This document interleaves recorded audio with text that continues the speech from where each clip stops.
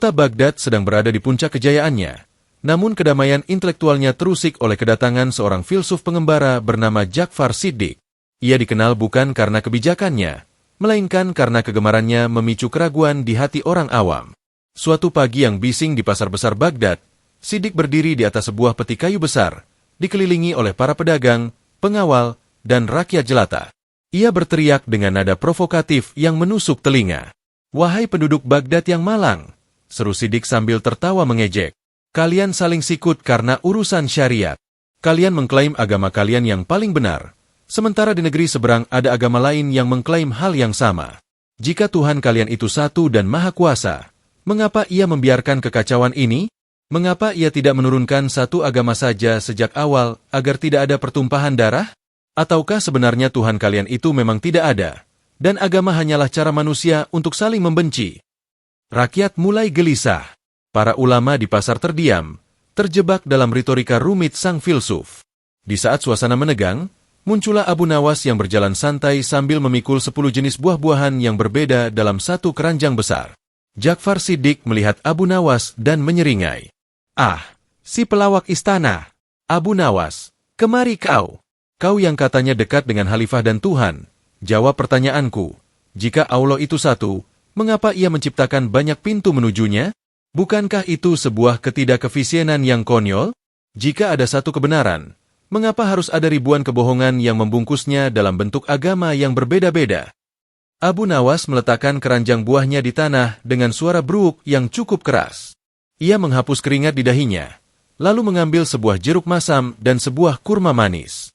"Tuan filsuf yang otaknya lebih besar dari kepalanya," ujar Abu Nawas sambil mengupas jeruk. "Pertanyaanmu menarik.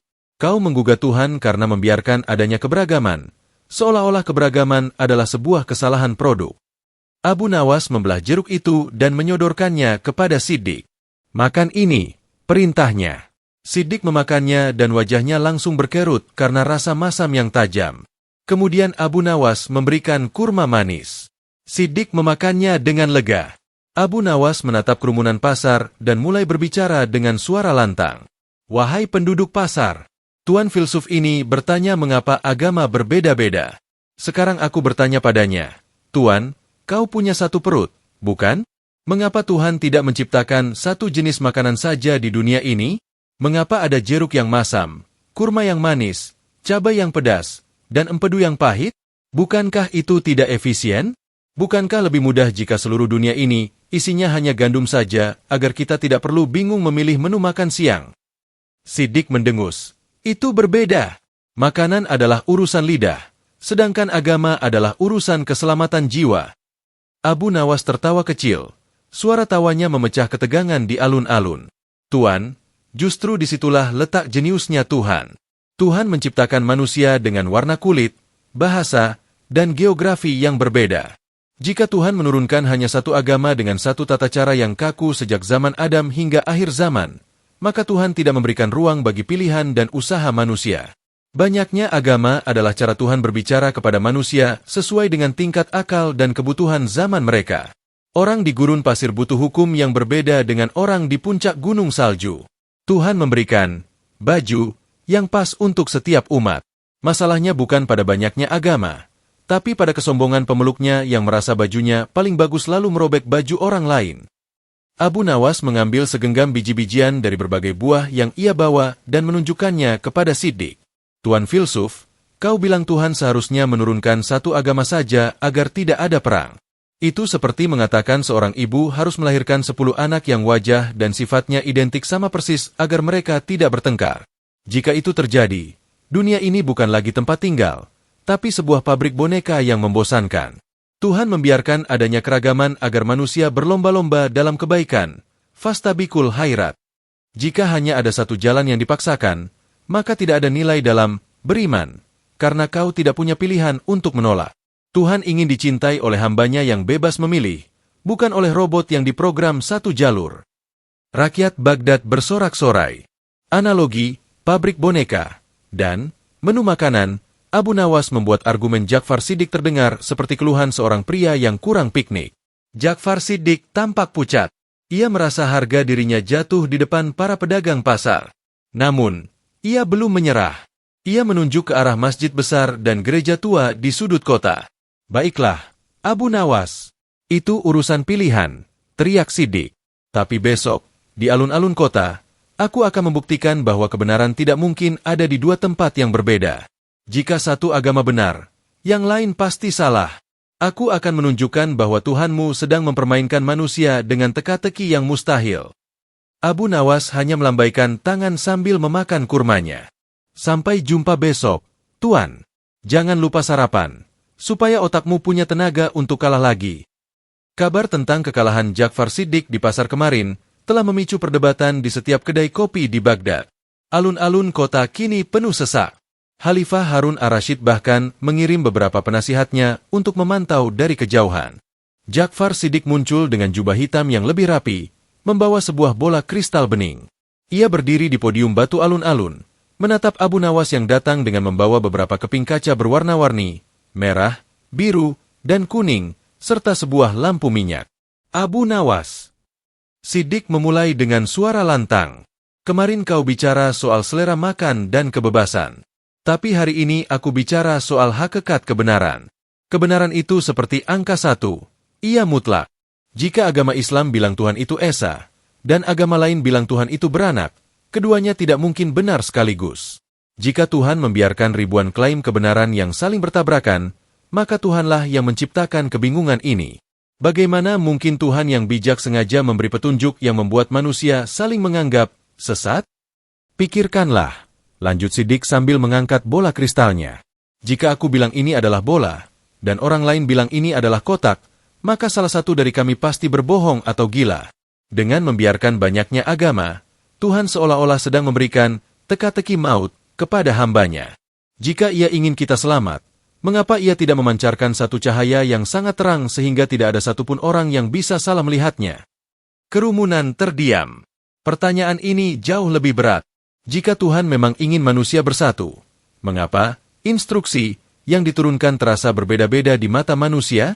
Abu Nawas menyalakan lampu minyaknya di tengah alun-alun, meskipun matahari sedang terik. Ia meletakkan lampu itu di dalam sebuah kotak kayu yang memiliki banyak lubang. Di depan setiap lubang, ia memasang kaca berwarna yang berbeda-beda. Tuan filsuf yang haus akan kemutlakan, ujar Abu Nawas sambil tersenyum tenang. Mari kita lihat eksperimen sederhana ini. Cahaya di dalam kotak ini hanya satu. Benar. Benar, jawab Siddiq. Abu Nawas kemudian memanggil 3 orang penonton. 1 orang melihat melalui kaca merah, 1 melalui kaca biru, dan 1 melalui kaca kuning. Sekarang, tanyakan pada mereka, apa warna cahaya di dalam kotak itu? Penonton pertama berteriak, merah. Yang kedua, biru. Dan yang ketiga, kuning. Ketiganya mulai berdebat sengit mempertahankan apa yang mereka lihat. Abu Nawas mematikan lampunya dan menatap Siddiq dengan tajam. Tuan, apakah cahayanya yang berubah warna? Tidak. Yang berbeda adalah kaca yang digunakan manusia untuk melihat cahaya itu. Kaca itu adalah simbol dari kebudayaan, bahasa, sejarah, dan kapasitas akal manusia yang terbatas. Tuhan menurunkan cahayanya yang murni.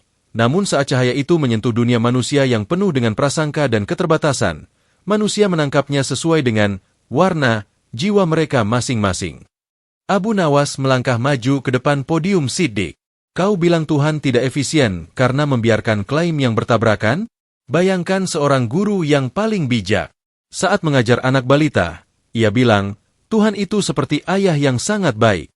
Saat mengajar pemuda, ia bilang, Tuhan itu hukum alam. Saat mengajar orang tua, ia bilang, Tuhan itu ketenangan jiwa. Apakah sang guru berbohong? Tidak. Ia hanya memberikan porsi kebenaran yang sanggup dicerna oleh murid-muridnya di tahap yang berbeda. Tuhan tidak menyesatkan manusia. Manusia sendirilah yang menyesatkan dirinya dengan menganggap warna kaca miliknya adalah satu-satunya warna asli cahaya, lalu mencoba memecahkan kaca milik orang lain. Ja'far Siddiq terdiam. Analogi cahaya dan kaca berwarna, secara logis menjelaskan mengapa kebenaran bisa tampak berbeda tanpa harus menyalahkan sang sumber kebenaran itu sendiri. Ia menyadari bahwa Abu Nawas sedang menyerang ego manusia, bukan kedaulatan Tuhan. Kau cerdik, Abu Nawas, desis Siddiq.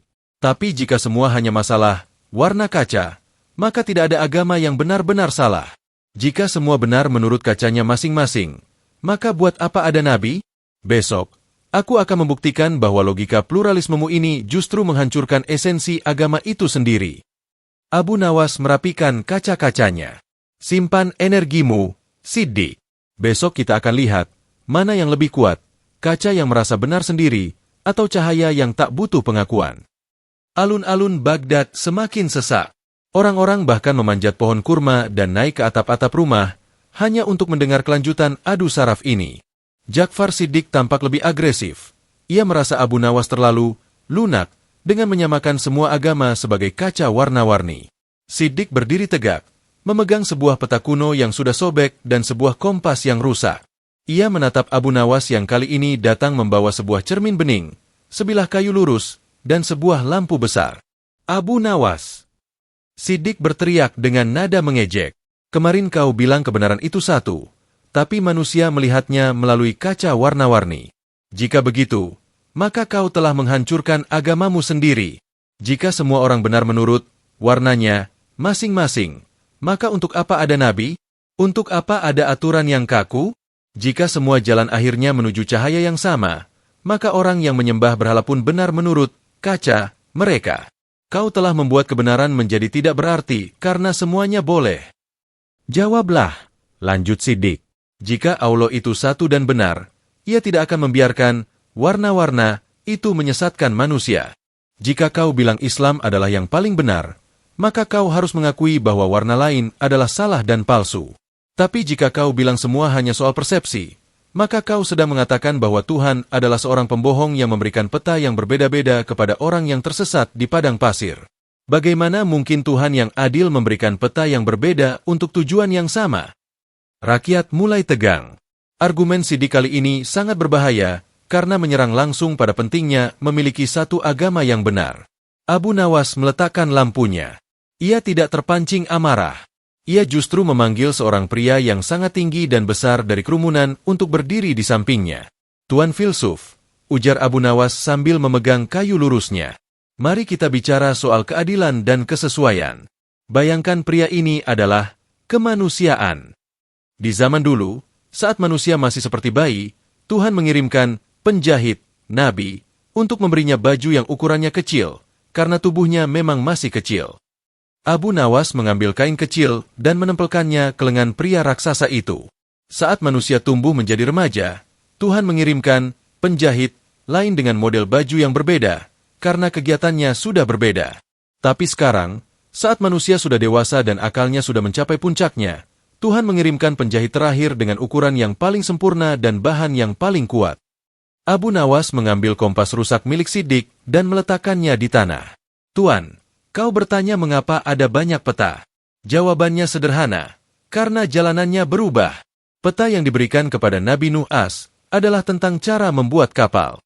Peta yang diberikan kepada Nabi Musa As adalah tentang hukum yang keras untuk kaum yang keras kepala.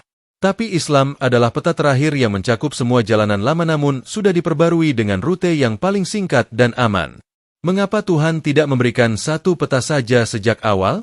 Karena manusia di zaman Adam tidak akan paham cara membaca peta di zaman kita sekarang. Tuhan tidak menipu. Tuhan mendidik manusia tahap demi tahap. Abu Nawas mengangkat cermin beningnya di bawah sinar matahari. Kau bilang jika semua punya porsi kebenaran, maka tidak ada yang salah? Dengar, Tuan filsuf. Kaca merah itu benar memberikan cahaya, tapi ia menipu mata tentang warna asli dunia. Kaca biru juga benar memberikan cahaya, tapi ia membuat segalanya tampak dingin. Islam hadir bukan sebagai warna baru, tapi sebagai cermin bening yang tidak menambah dan tidak mengurangi warna asli dari Tuhan.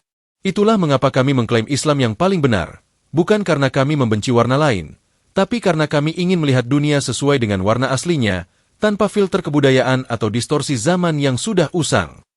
Ja'far Siddiq terperangah. Penjelasan Abu Nawas tentang evolusi hukum dan cermin bening mematahkan argumennya bahwa keberagaman agama adalah kegagalan Tuhan. Ia baru menyadari bahwa keberagaman adalah proses belajar, dan Islam adalah ijazah terakhir dari sekolah ketuhanan tersebut. Rakyat Baghdad bersorak, Allahu Akbar. Takbir bergema di alun-alun, membuat Siddiq merasa semakin kerdil. Cukup, teriak Siddiq dengan wajah merah padam. Tapi besok aku akan menyerangmu dengan pertanyaan yang paling gelap. Jika Islam adalah cermin bening, mengapa pengikutnya paling banyak berselisih?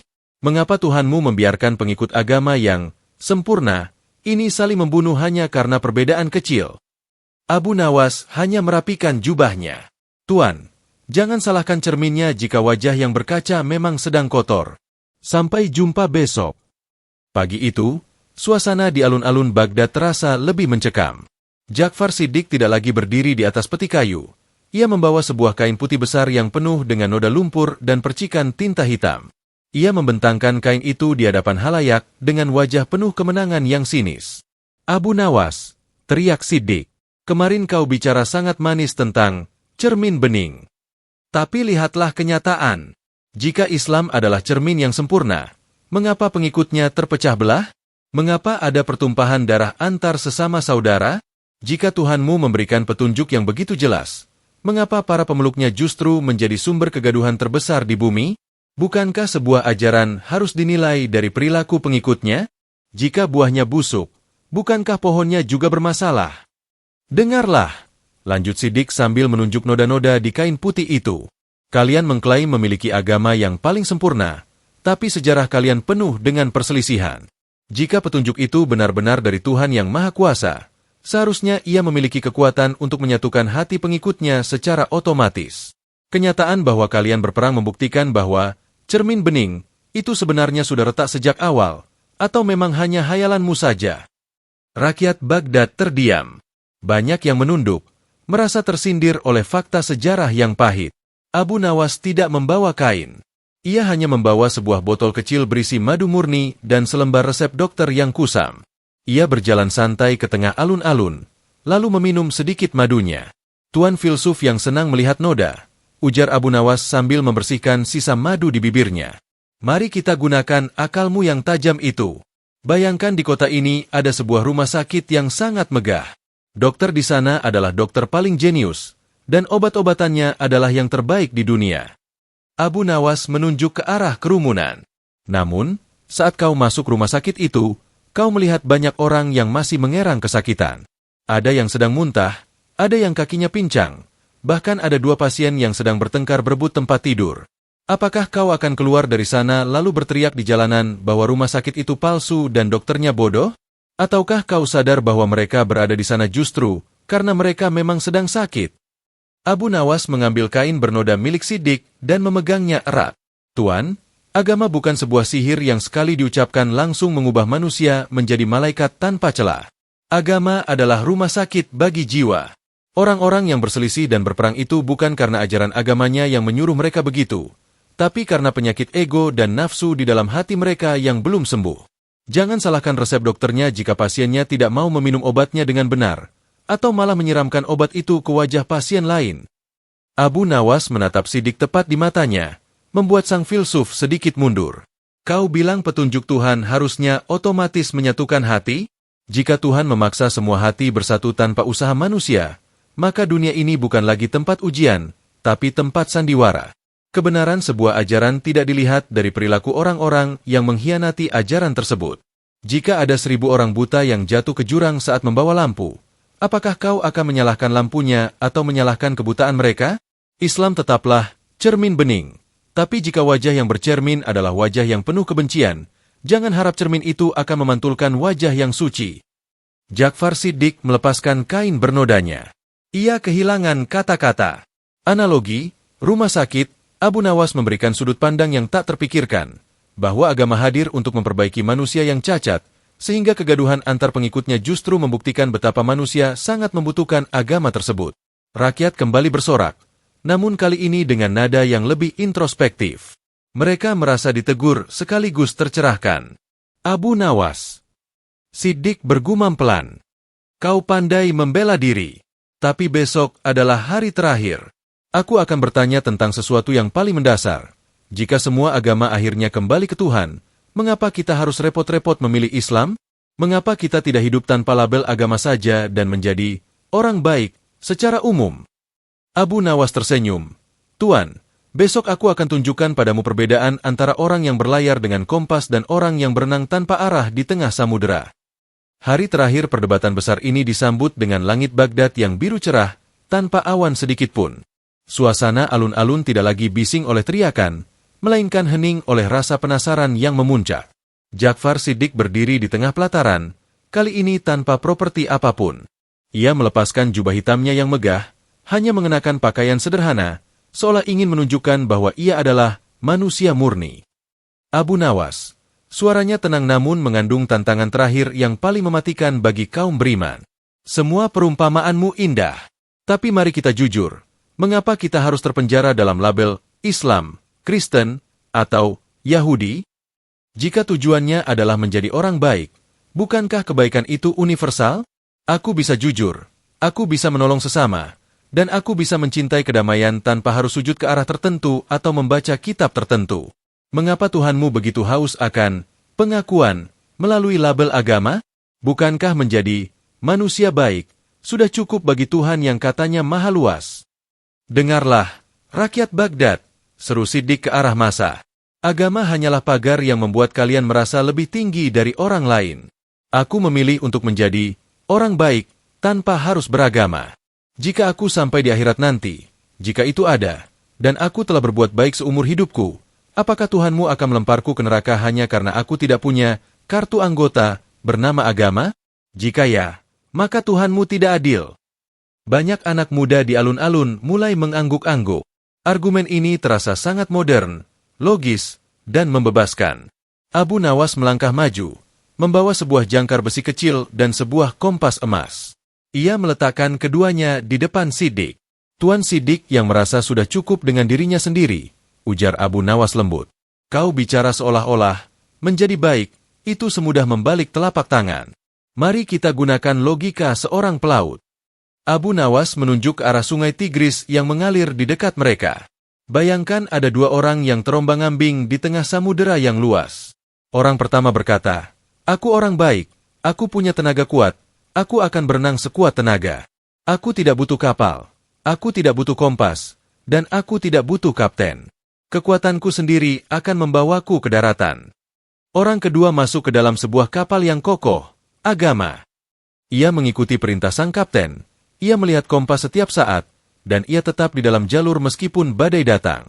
Sekarang katakan padaku, Tuan, siapa yang lebih besar kemungkinannya untuk sampai ke daratan tujuan?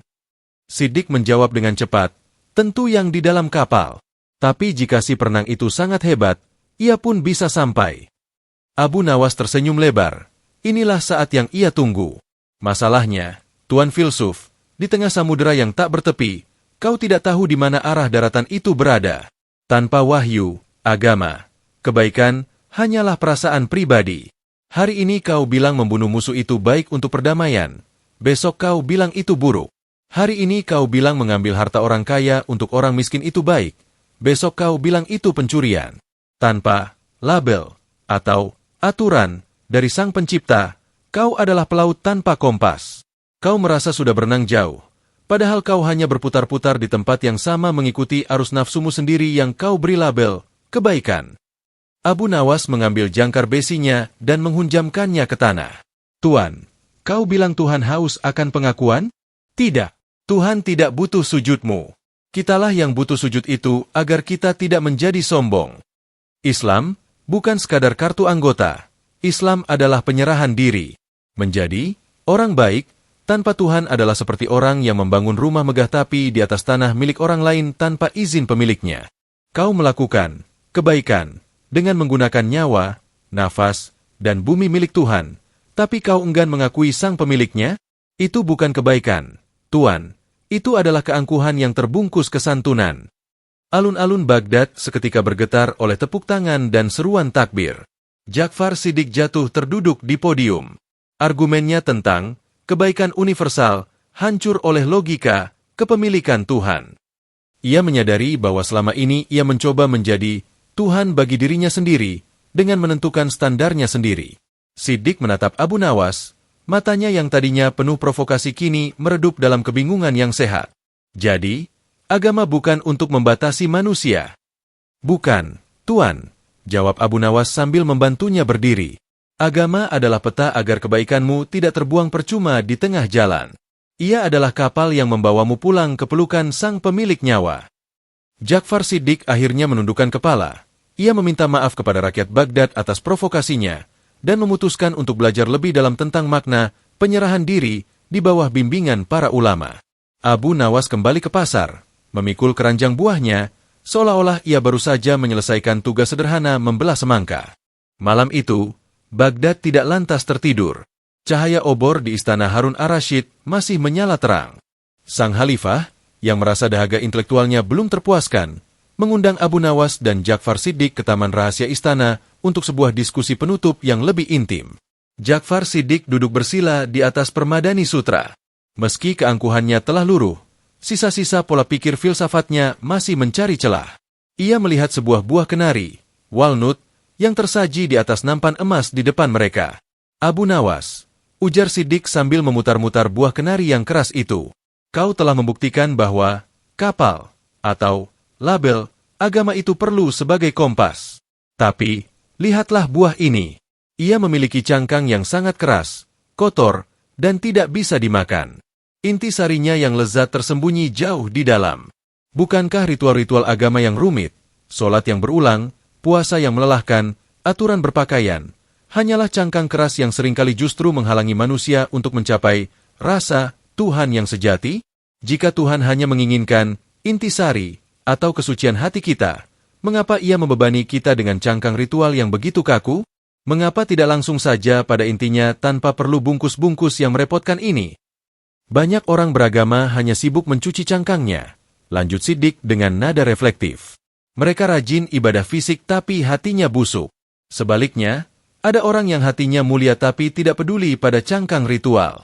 Jika Tuhan adalah zat yang maha ruhani, mengapa ia sangat peduli pada gerakan tubuh dan prosedur fisik manusia?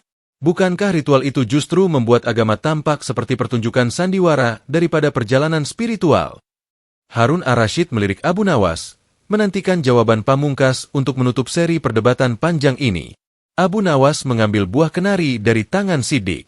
Ia meminta pelayan istana membawakan sebuah pot berisi tanah dan sebuah piring kecil berisi intisari kenari yang sudah dikupas bersih, tanpa cangkang. Tuan Shiddiq yang budiman, ujar Abu Nawas sambil memegang dua hal itu. Kau ingin bicara soal esensi tanpa bungkus? Mari kita coba melakukan percobaan sederhana dalam pikiran kita. Abu Nawas menunjuk ke arah tanah di dalam pot. Bayangkan kita ingin menumbuhkan pohon kenari yang baru. Di tangan kananmu, kau punya intisari kenari yang sudah kau kupas bersih, putih, bersih, dan lezat. Di tangan kirimu, kau punya buah kenari yang masih utuh dengan cangkangnya yang kasar, keras, dan kotor. Jika kita menanam intisari yang bersih itu ke dalam tanah, apa yang akan terjadi? Ia akan langsung membusuk, dimakan ulat, dan hancur dalam semalam. Ia tidak akan pernah tumbuh menjadi pohon, karena ia tidak punya pelindung untuk menghadapi kerasnya alam. Abu Nawas kemudian meletakkan kenari yang utuh di atas tanah. Namun, jika kau menanam kenari dengan cangkangnya yang keras, maka cangkang itulah yang akan bertarung melawan bakteri, menahan tekanan tanah, dan menjaga intisari di dalamnya tetap hidup sampai saatnya ia siap bertunas. Begitulah ritual dalam agama. Solat, puasa, dan aturan-aturan fisik itu adalah cangkang. Memang benar, tujuan akhirnya adalah intisari, hati yang bersih. Tapi tanpa cangkang ritual yang disiplin, intisari jiwamu akan menguap dan busuk terkena badai duniawi. Ritual menjaga agar cahaya di dalam hatimu tidak padam oleh angin hawa nafsu. Menginginkan kesucian hati tanpa ritual ibadah adalah seperti ingin menanam pohon tapi membuang bijinya dan hanya menanam rasanya. Abu Nawas mendekat ke arah Shiddiq, suaranya melembut namun berwibawa. Tuan, kau bilang Tuhan itu ruhani, lalu mengapa ia peduli pada gerakan fisik? Ingatlah, selama kau masih hidup di dunia, ruhmu dipenjara di dalam jasadmu. Jika kau ingin memberi makan ruhmu, kau harus menggerakkan jasadmu. Kau tidak bisa kenyang hanya dengan berniat makan. Kau harus menggerakkan tangan dan mulutmu. Tuhan memerintahkan ritual fisik agar seluruh keberadaanmu, jasad dan ruhmu, bersaksi atas penghambaanmu. Menghilangkan ritual dengan alasan, yang penting hati, adalah bentuk keangkuhan spiritual. Seolah-olah manusia merasa sudah menjadi malaikat yang tidak butuh lagi bimbingan fisik. Selama manusia masih menginjak bumi, ia butuh cangkang, syariat untuk melindungi isi hakikatnya. Ja'far Shiddiq terdiam cukup lama.